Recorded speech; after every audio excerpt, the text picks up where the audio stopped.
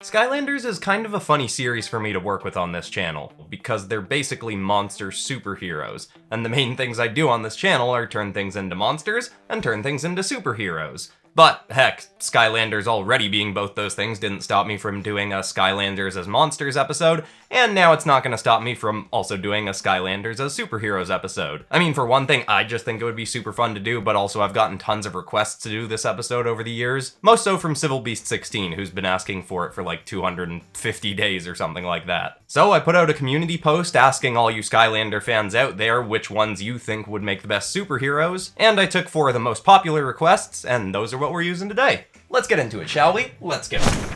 Hit like if you want, subscribe if you feel like, but either way, enjoy the show. Most superheroes never get an opportunity to be trained in hero work. They're simply thrust into a life of fighting to protect the innocent and forced to learn along the way. But that doesn't mean that's the path for every hero. Some get to learn from those that have lived the superhero life before them, and others even get to go to school for it. Decades ago, a floating school in the sky was created by a group of powerful heroes to help train future generations of empowered beings.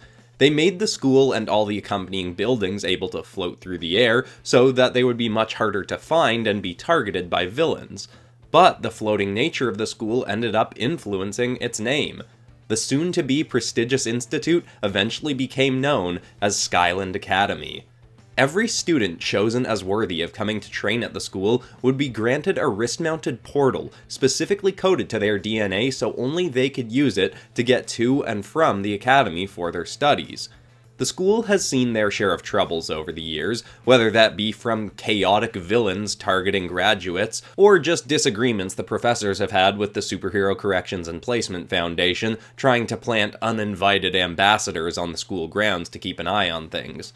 But nothing has been able to keep this school from producing some of the best heroes around. One of the school's most renowned graduates is Trenton King, better known to the public as Tree Rex.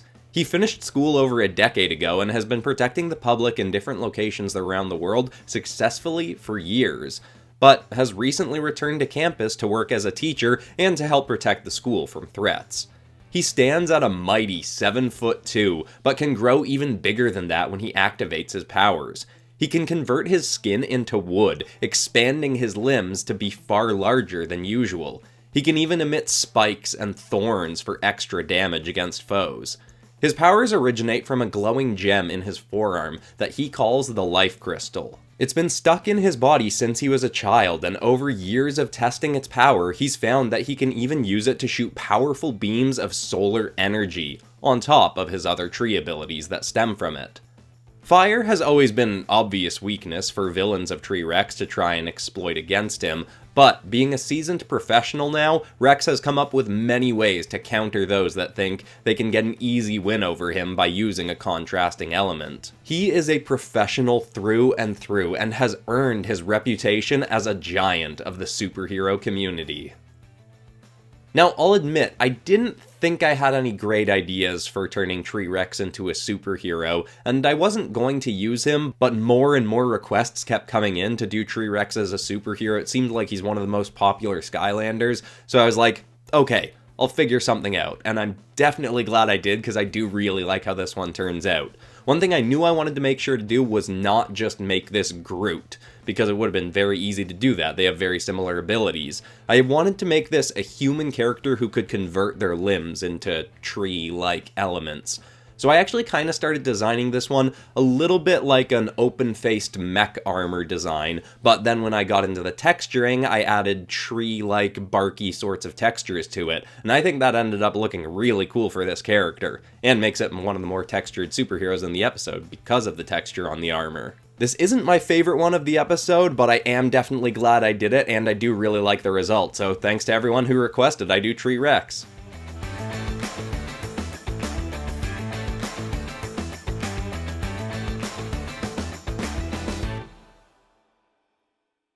Now, some heroes gain incredible abilities from birth, or from accidents, or curses, or what have you, and are inherently incredibly powerful thereafter, even with little training. but others acquire only minor powers and become great by adding to their limited might with intellect and ingenuity. Porter Fitzsimmons is currently a very promising student at Skyland Academy who fits into this category. Porter was born with blue, furry skin and claws. He's naturally more agile and strong than the average person his age, but not by a substantial degree. Even still, he'd always wanted to be a superhero, and figured there had to be some kind of way to enhance his abilities further to ensure he could hold his own against the tougher villains out there. Well, some would turn to training in this instance. Porter turned to science. At a very early age, he became incredibly knowledgeable in biology, anatomy, epigenetics, and chemistry. With all he learned, he was eventually able to come up with a collection of different concoctions that could all temporarily amplify his abilities. The main one he used significantly increased his size and muscle mass. While the current principal of Skyland Academy, Eon, saw great potential in the young chemist and hero, the main reason he brought him into the school was to rein in his experiments a little bit. See, Porter has always had a bad habit of testing his experiments on himself without doing any proper safety checks, which has resulted in him doing some damage to his body, and more importantly, to his mind. He has a tendency now to cackle like a mad scientist while working, and throwing caution to the wind while training and fighting, just hoping his potions will make him strong enough to handle anything that comes his way. Luckily, coming to school has done him a lot of good. He's learned some restraint from the teachers there, and has even been sent on a few occasions to shadow some of the innovative heroes in the city of Craftopolis, many of whom derive their abilities from their inventions and creations, like Porter. He's still an unpredictable hero in training, and only time will tell if he'll make it big someday, but there's no doubt that Porter Fitzsimmons has huge potential to eventually become an incredible superhero. Now, it was a little bit of a toss-up between whether I was going to use Pop Fizz for this episode or Trigger Happy for this episode. I definitely could have used both, but they're both gremlin-y looking sort of characters. I guess they would have ended up being pretty different superheroes, but in the end I ended up going with Pop Fizz, and I'm definitely glad I did. I knew it was going to be fun to draw a character transitioning from one state to another. I really like doing that, whether it's having a character, becoming venomized, or just transforming in some kind of way. So this one I knew I wanted them to be going from his smaller size to bigger size, which, obviously because it's me, ended up turning into me just drawing the character with one massive forearm and hand, but also having one of his eyes going all crazy like Pop Fizz does when he changes into his bigger form. Does it have a name? It might have a name, I don't remember, sorry about that. Anyway, I was pretty sure going into this one that he was going to end up looking a little bit like Beast Boy, and that definitely is the case. Almost like a mix between Beast Boy and Beast from X-Men. I also knew I wanted to make this character a little bit on the younger side. I think that's just because Pop Fizz is such a small little kind of character that I wanted to make it a smaller, younger kind of hero. But also, lore-wise, I wanted to make sure to have some characters that were still in Skyland Academy, some that were out and were graduates. That would give me a little bit of range in terms of how old I made a character look. Anyway, this was a really fun one to work with. I hope you all liked the result, and let's take a look.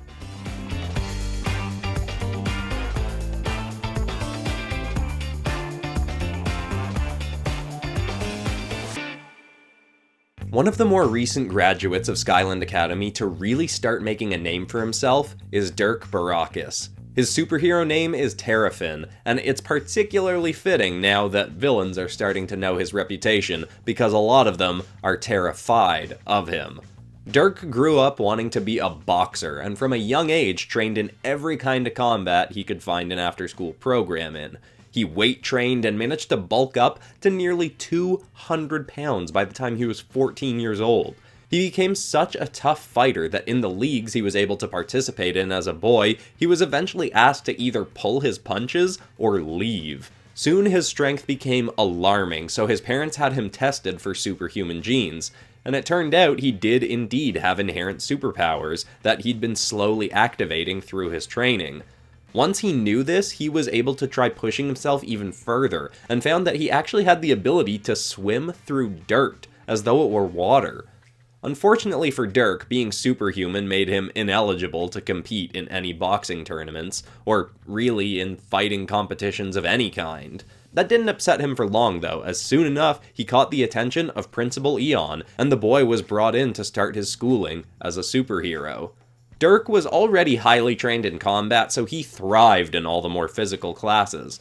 It took him some time to get his grades up in some of the more mental and technical classes, but by the time he was in his last year, he was an all-A student. In school, he developed a myriad of powerful attacks, utilizing both his strength and his ground swimming abilities. He even came up with a signature move called the over-under, where he'd lay a dizzying punch at his foe's head, dive underground, then burst up from the earth beneath them, landing a finishing uppercut. To this day, only one person has ever taken that hit and stayed standing. Against the wishes of his teacher, Dirk had accepted a mission once from the Superhero Corrections and Placement Foundation to try taking down Regenizard, a dangerous anti-hero who's known for killing every villain he comes across, regardless of their crimes.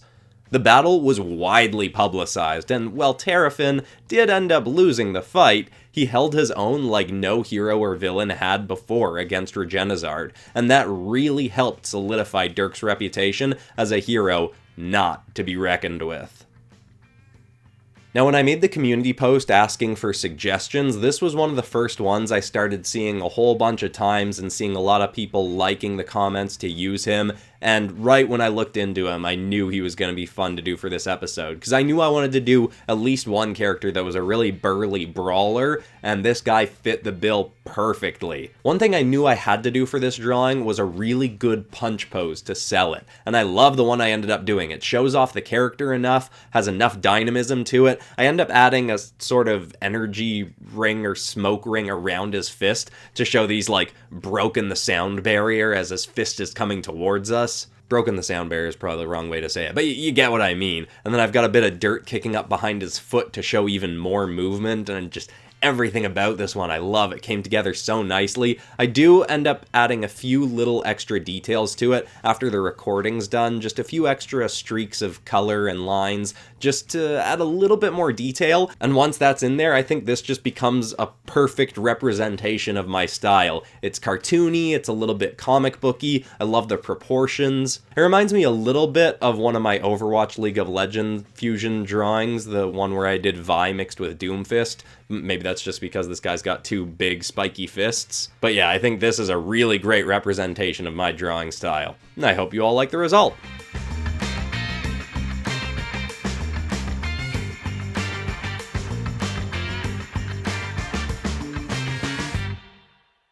Another hero who gained a lot of her early training through sports is Rayla Brenton, aka Rollerbrawl.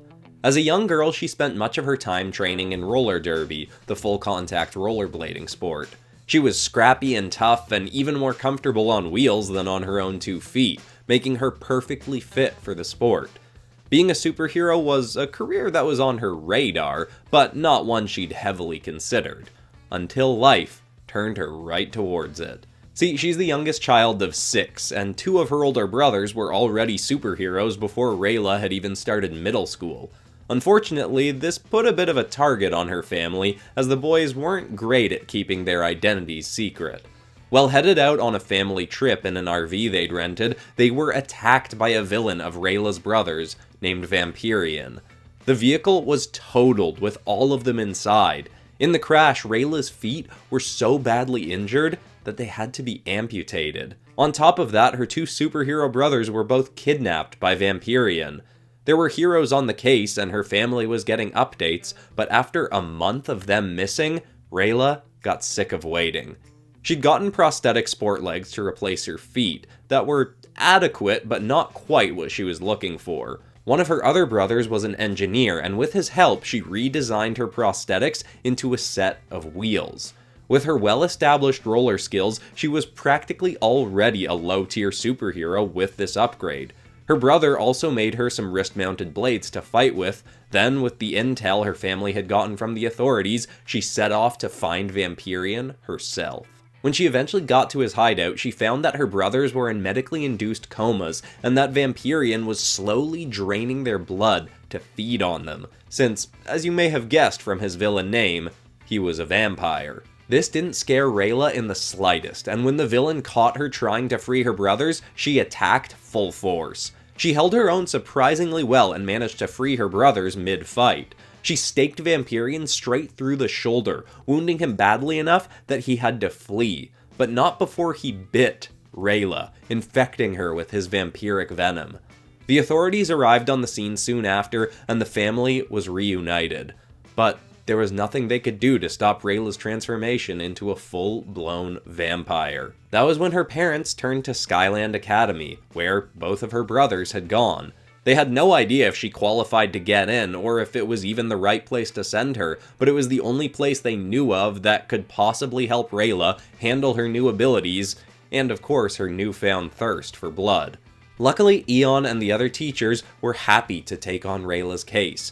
All her passion for roller derby converted very easily into her superhero training, and one of the professors even developed a special cream that could keep Rayla safe from the sunlight so that she could go to school during the day like the other students. Another of the professors developed a blood substitute that wasn't particularly delicious but was good enough to keep Rayla from having cravings for actual human blood.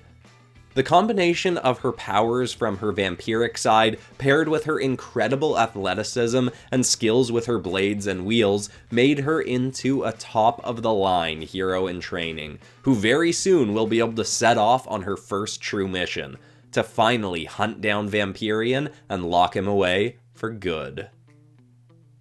Now, I was a little bit skeptical about whether or not to actually use Rollerbrawl for this episode because she was already very human-looking, and obviously a big part of turning these characters into superheroes is making them more humanoid. So I didn't know if there was going to be enough I could actually change about this character.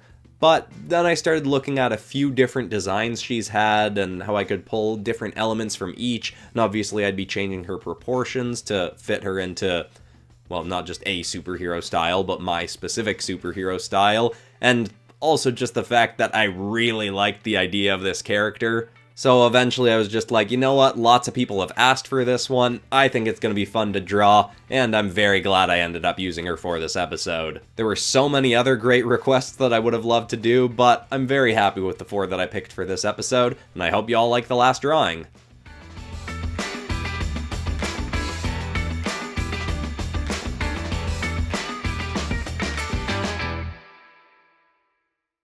You know, this isn't on topic for the video, but I love this new camera I got for my intros and outros because it's got really good autofocus, so no matter how close I get, I stay in really crisp focus and everything else goes really blurry. I would have been super self-conscious to do that if I still had, you know, lots of acne on my forehead, which is silly because looks aren't your value, but still, thank God for moisturizer. Anyway, that's the first episode of Skylanders as superheroes. Is this gonna end up being a series? That's pretty much up to all of you. Mostly up to all of you. I'd have to make the episode, but we've been through this whole spiel before. Basically, give me more ideas in the comment section. There are tons that I've already been given for other Skylanders that could make great superheroes, but always good to get more suggestions. Or you could even give me suggestions for other things I could do with Skylanders, or other things to turn into superheroes. And of course, if you're new to the channel and you haven't seen the Skylanders as Monsters episode, maybe you want to go check that out, or maybe the Minecraft Superheroes episode, which are set in the same universe as this video. But besides that, that's all for today, except of course for ending this video on some kind of positive or uplifting note, and the thought I want to leave people with today is just to do a nice scan of your body right now. Just do a mental scan and see if there's anywhere that you're holding tension, and if there is, just release it. Send some relaxing energy to that part of your body, and maybe think about what may have been causing that tension. Maybe you were just sitting funny, or maybe you were thinking about something that isn't really serving you to keep thinking about. Doing these quick mental scans every now and then throughout the day can really help you have a, you know, more relaxing and happier day. Hope that's helpful to someone out there. Thanks so much for watching, everybody. I love you all, and I'll see you all in the next episode on Friday. Goodbye.